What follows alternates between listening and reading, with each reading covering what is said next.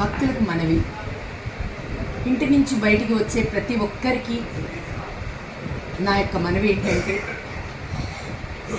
ప్రతిరోజు బయటికి వచ్చే ప్రతి ఒక్కరూ కూడా నేను క్షేమంగా వెళ్ళి క్షేమంగా వచ్చాను అని మీ యొక్క ఇష్ట దైవాన్ని ప్రేమగా చెప్పుకొని బయటికి వెళ్ళి క్షేమంగా ఇంటికి వస్తారు.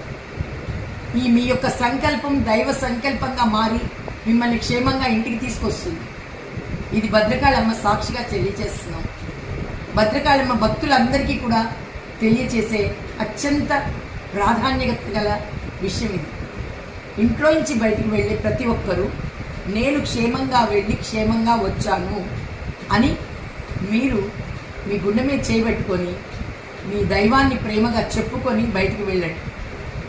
రోజు పేపర్ చూస్తుంటే, సెల్ ఫోన్ చూస్తుంటే, టీవీల్లో రకరకాల